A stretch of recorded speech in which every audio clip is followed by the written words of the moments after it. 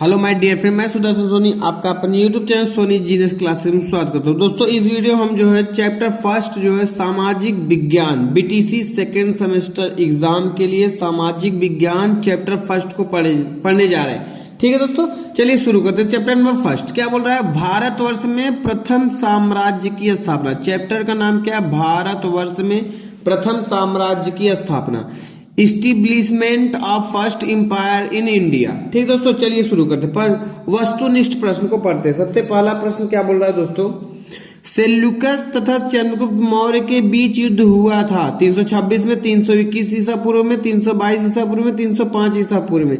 Seleucus और चंद्रगुप्त के बीच में युद्ध हुआ था 305 ईसा पूर्व में। ठीक दोस्तों, अगला क्वेश्चन, मौर्य साम्राज्य का अंतिम शासक था। मौर्य साम्राज्य का अंतिम शासक बृहद्रथ था। ठीक दोस्तों, अगला क्वेश्चन, गुप्त संवत का प्रारंभ वर्ष है। गुप्त संवत का प्रारंभ वर्ष है दोस्तों, गुप्त संवत का प्रारंभ वर्ष है 319 ईस्वी। ठीक है।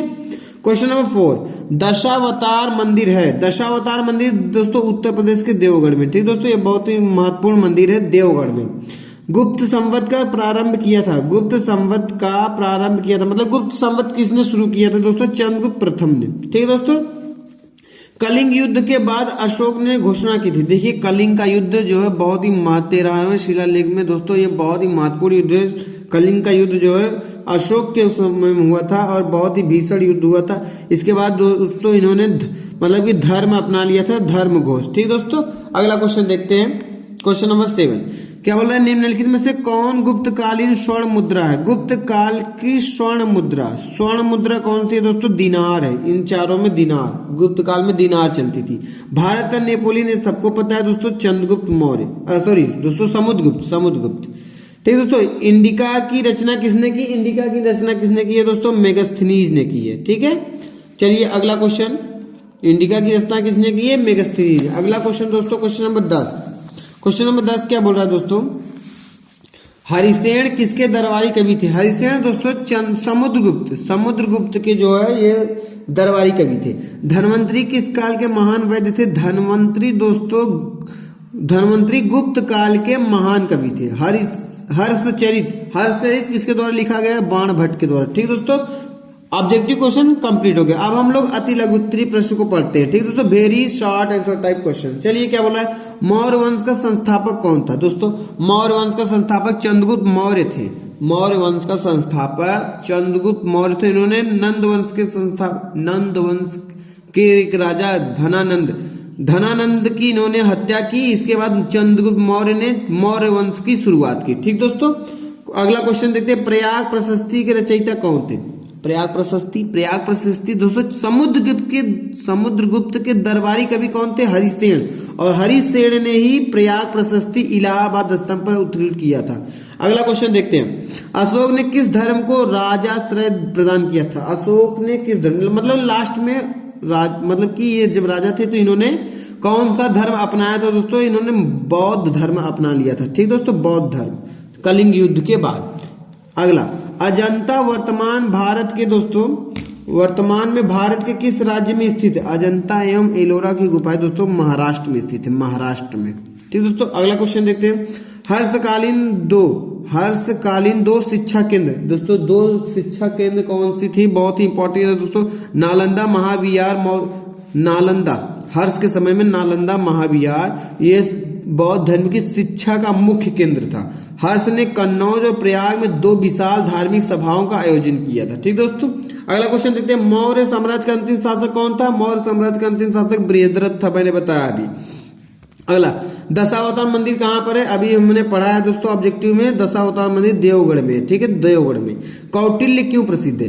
कौटिल्य किसको कहा जाता है दोस्तों? कौटिल्य चाणक्य को कहा जाता है। चाणक्य किसके दरबारी कवि थे? चंद्रगुप्त मौर्य के। चंद्रगुप्त मौर्य के ये गुरु भी थे। ठीक दोस्तों, इन्होंने मतलब कि ये उनके गुरु भी थे। तो चाणक्य को हम विष्णुगुप्त या कौटिल्य चाणक्य भी कहते हैं। देखिए विष्णुगुप्त जो बाद में चाणक्य या कौटिल्य के नाम से जाने गए, नंद वंश के राजा से ये अलग हो गए। नंद वंश के एक राजा थे धनानंद, इन्होंने कौटिल्य जी की जो है बेइज्जती की थी चाणक्य। तो चाणक्य ने अलग होकर के जो है उन्हें गद्दी से हटाने की कसम खा ली थी और इन्होंने चंद्रगुप्त को इतना शक्तिशाली बनाया, इन्होंने चंद्रगुप्त को इतना तेज मतलब कि बनाया, इतना बड़ा योद्धा बनाया। इसकी मदद से इन्होंने जो है अलेक्जेंडर सिकंदर से प्रेरित होकर एक सेना अपना साम्राज्य स्थापित करने का प्रयास किया और जो है धनानंद को मरवा करके मौर्य वंश की स्थापना करवाया। ठीक दोस्तों, चलिए क्वेश्चन नंबर 9 देखते हैं। क्वेश्चन नंबर 9 क्या बोल रहा है? विशाख दत्त द्वारा लिखित किन्हीं दो, विशाख दत्त ने 2 पुस्तक लिखी है दोस्तों, बहुत सारी पुस्तकें लिखी है। इनकी 2 पुस्तकें कौन सी? मुद्रा राक्षस और देवी चंद्रगुप्तम। देवी चंद्रगुप्तम मुद्रा राक्षस देवी चंद्रगुप्तम। गुप्त काल को स्वर्ण युग क्यों कहा जाता है? क्योंकि गुप्त काल में दोस्तों बहुत ही इंपॉर्टेंट कला और जो है विज्ञान के क्षेत्र में अपार उन्नति मिली थी। गुप्त काल में कौन कौन सी? कला और विज्ञान के क्षेत्र में बहुत ही अपार उन्नति हुई थी, इसलिए गुप्त काल को स्वर्ण युग कहा जाता है। अशोक के धर्म प्रचार के संबंध में अपने विचार लिखे। अशोक ने बौद्ध धर्म के प्रचार के लिए दोस्तों अपने पुत्र महेंद्र और पुत्री संघमित्रा को बौद्ध धर्म के प्रचार के लिए श्रीलंका भेजा था। उन्होंने धर्म का संदेश फैलाने के लिए मिशनरियों को पश्चिम एशिया, मिस्र और पूर्वी में भेज दिया। किसको भेजा? अपने पुत्र और पुत्री को। पुत्र कौन था? महेंद्र और पुत्री संघमित्रा को इन्होंने श्रीलंका भेजा था। अशोक ने तीसरी बौद्ध संगति अपनी राजधानी पाटलिपुत्र में आयोजित की थी। तीसरी बौद्ध संगति कहाँ पर स्थापित की थी? पाटलिपुत्र में। ठीक है, अशोक का जीवन परिचय देते हुए उनकी उपलब्धियों पर प्रकाश डालना है। चलिए, अशोक का जीवन परिचय देना है। अशोक क्या थे दोस्तों? एक बहुत ही महान सम्राट थे मौर्य वंश के। ठीक है, मौर्य वंश के एक महान शासक थे। वह पहला शासक था जिसने शिलालेखों के माध्यम से लोगों तक अपना संदेश पहुंचाया। अशोक एक ऐसे महान राजा थे दोस्तों, इन्होंने शिलालेखों की सहायता से, शिलालेख मतलब पत्थर पर जो लिखा होता है उसे शिलालेख बोलते हैं। ठीक दोस्तों, उस पर इन्होंने अपने संदेश लिखवाकर पहुंचाने का काम किया। ये शिलालेख प्राकृत में थे और ब्राह्मी लिपि में लिखे गए थे। उन्हें देवानामप्रिय के नाम से जाना जाता था। अशोक को किस नाम से जाना जाता था? देवानामप्रिय के नाम से जाना जाता था, जिसका अर्थ है देवताओं का प्रिय। देवानामप्रिय का अर्थ क्या है? देवताओं का प्रिय। तो देवताओं का प्रिय कौन है?